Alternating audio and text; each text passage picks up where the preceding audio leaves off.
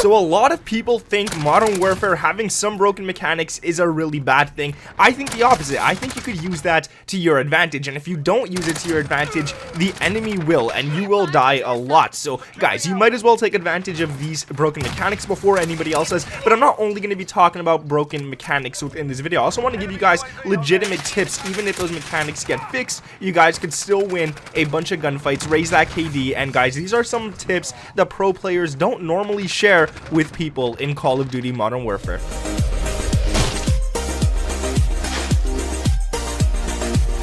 What is up, guys? My name is Nick and welcome back to another Modern Warfare video. Today we're going to be talking about 6 things that not a lot of people talk about, and I want to mention there is 2 tips in this video that I've given you guys before, and I'm going to keep giving you guys over and over again so I drill it into your head and you guys understand the importance of those tips. So I'm going to save those for later on in the video just so it doesn't get too repetitive and stuff like that. Now guys, if you could drop a like on this video, I want to go for 1,003 likes. If we could go for that, that would be absolutely amazing. And if you guys are new around here and haven't subscribed yet, but you've been around my channel for a little while, make sure to hit that subscribe button and turn on those notifications. Even if it's the first time you've ever seen a video, that would be absolutely amazing. I mean, why the heck not, right? I'm close to 500,000, man, and yo, we're doing it, guys, we're doing it. But yeah, let's get into the video. Let me know down in the comments below what your KD is in the game. I noticed a big trend the last time I asked you guys this, and a lot of people are starting to get a lower KD in this COD, and mine's lower as well, and hopefully we could fix that a little bit within this video. So the first thing I want to talk about,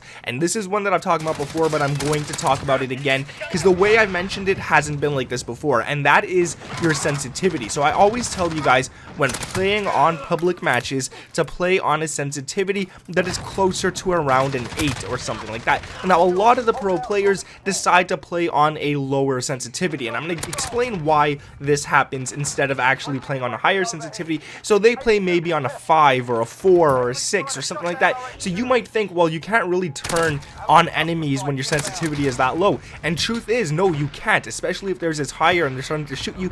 But in the pro setting, a lot of these players, they go head on in gunfights. They don't really flank and all that kind of stuff. The gunfights are always head on, because all the players are good. They know where everyone's going to try and go from and all that kind of stuff, so you don't really have to worry about turning around so much. So if your sensitivity is lower, your accuracy is better and you don't have to worry about that kind of stuff. But in the multiplayer, which is what you guys play and I play, that's where your sensitivity needs to be a little higher. That's where there could be enemies randomly behind you, the spawns could be broken and all that kind of stuff. So you guys want to make sure your sensitivity is probably around an 8, I would say 7 the lowest, and that way you could turn on somebody if you hear them coming up behind you before they could actually kill you and stuff like that. So sensitivity is important. Yes, there's a lot of pro players who do play on a lower sensitivity, but they have good reasoning for that, whereas us, it's so random when you get onto multiplayer. People could be anywhere. You don't want to get caught without being able to turn around, because that sucks, especially if you know the enemy's there and then he kills you because you couldn't turn, man. That's just awful. Let's be honest, guys. Let's go on to the 5th or the number 5 spot on this list. We're going down from 6 to 1. So the number 5 spot on this one, guys, you got to use the broken camera angles to your advantage. There's a lot of broken camera angles in this game. I can name you a few right now. So let's say you're on the bottom of the staircase and you peek up to look at the top of a staircase. You could see the enemies clearly. You could see their feet, you could see their head, their chest, and everything. But once you get into that staircase situation, the enemy who is above you, who's looking at you, he won't be able to see you completely clear. He might only be able to see your forehead and stuff like that if he's standing way behind the staircase. If he's standing right on top of the staircase, he'll see you clearly, but if he's standing way behind it or something like that and he's looking at the staircase from a distance, you're going to see his entire body. He's barely going to see your forehead, and that's because the cameras are very broken in this game, the body cameras and stuff like that. So yo, use that one to your advantage whenever you get the chance to. And there's another one as well. Whenever you start to peek a corner, and I don't mean peek a corner by leaning around the corner and stuff like that, I mean peeking a corner by just walking up and looking around and whatnot, that also is broken. Your camera angle, you will see the enemy, he might not even see you at all. So always make sure that you peek those corners, guys. It's super important. And then if you do see the enemy, jump out and start shooting as as fast as you can. You get a few milliseconds time before he even sees you, so those few milliseconds are super important. You can start shooting at him and probably kill him before he could even get one shot on you. And I'm sure you guys have noticed that within this game, you die really fast the second you see an enemy, and it's because, trust me, these camera angles are super broken. He saw you way before you could even see him, and this is the worst it's ever been in COD, in all honesty. And I don't know how they're planning on fixing these camera angles, but yo, they got to do it. But yeah, so guys, always make sure to do that. Jump out of those corners and start shooting at the enemy as well. And the same goes for the doors. If you know where an enemy is inside a building, bust through that door and start shooting right where you think he is right away, because he won't see you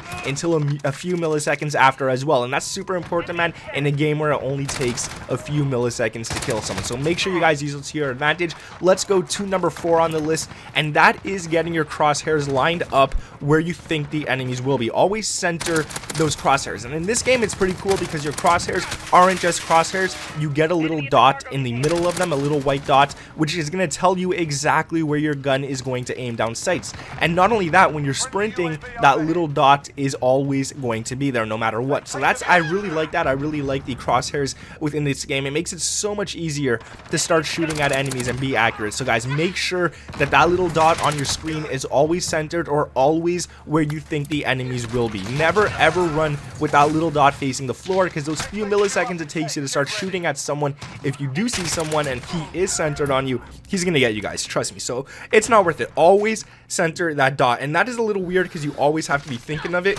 but trust me, once you start thinking of it in a few games and you start playing with that dot centered all the time, it just becomes second nature. I don't even think of it anymore. I just know it's always going to be where I want it to be. So make sure you guys do that. Let's go to number 3, and that is knowing exactly when to camp and exactly when to rush. It might seem bad that I'm telling you guys to camp, but I'm not telling you guys to be that dude who never leaves the corner. Don't do that.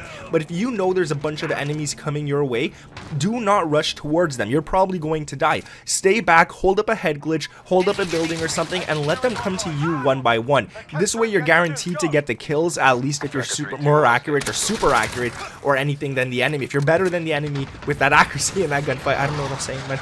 You guys will be a lot better right there, but trust me, know when to camp and know when to rush. If you see there's enemies coming behind you, 3 of them are together, and there's one enemy ahead of you all alone, rush that dude alone, and then try maybe to run away from those 3 if you think they're still together, or camp out in that area and get them. So guys, trust me, know when to camp and know when to rush. And I wouldn't really even call it camping. If anyone says you're a camper, no, just telling you're more skilled than them and they have no idea what the heck they're doing. Camping, literally in my opinion, camping is when you stay in the same spot for minutes on end. But when you stay in one spot for 10 seconds because you know enemies are coming there, that's not camping, dude. That's just outplaying the enemies. I'm sorry to say it like that to those people who find campers annoying. I find them annoying too, trust me, but that's not camping. That's not the definition of camping. Number 2, know your enemies, man. You guys gotta know where these guys are gonna be coming from. Now this one takes a little more time, because this one, the more you play COD, the more you know where the enemies are gonna be on certain maps. But trust me, once you start to know where the enemies are, you will be able to kill them easily. You'll know where they're gonna be coming from and all that kind of stuff. So I take Shoot House for example. I know where the enemies are coming from. That's why you see me stay back sometimes. I know they're gonna come there and stuff like that. So trust me, guys, know where the enemies are gonna come, know how your enemies play, and this one just takes time. This one you just gotta play more often, man, if you can, if you have the time to do so, and you'll notice this one comes easy. Now to the last tip, this is one I've given you guys so many times, but trust me, go into a private match right now, go into the settings, turn off aim assist, put on as many bots as you possibly can, and throw them on recruit, the easiest setting. It doesn't even matter. And then go into a game, take off all your sights, no sights whatsoever, just your iron sights, and just go off on the enemies. Shoot them in the head. Set it to headshots only if you want as well, the private match, and just shoot the enemies like crazy. This is going to force you to hit those headshots. It's going to force you to play without aim assist, so without any help whatsoever, and it's just really damn good. And then when you go back online,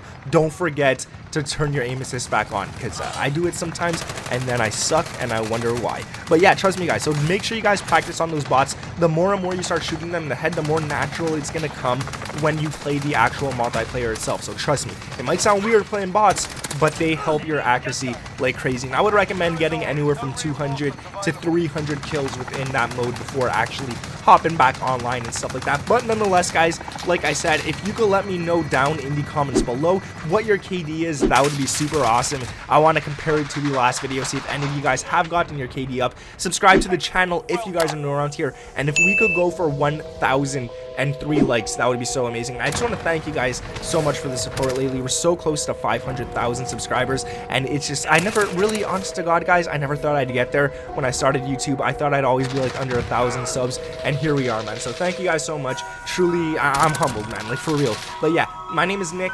Thank you guys for watching, and I'll catch you in the next one. Peace.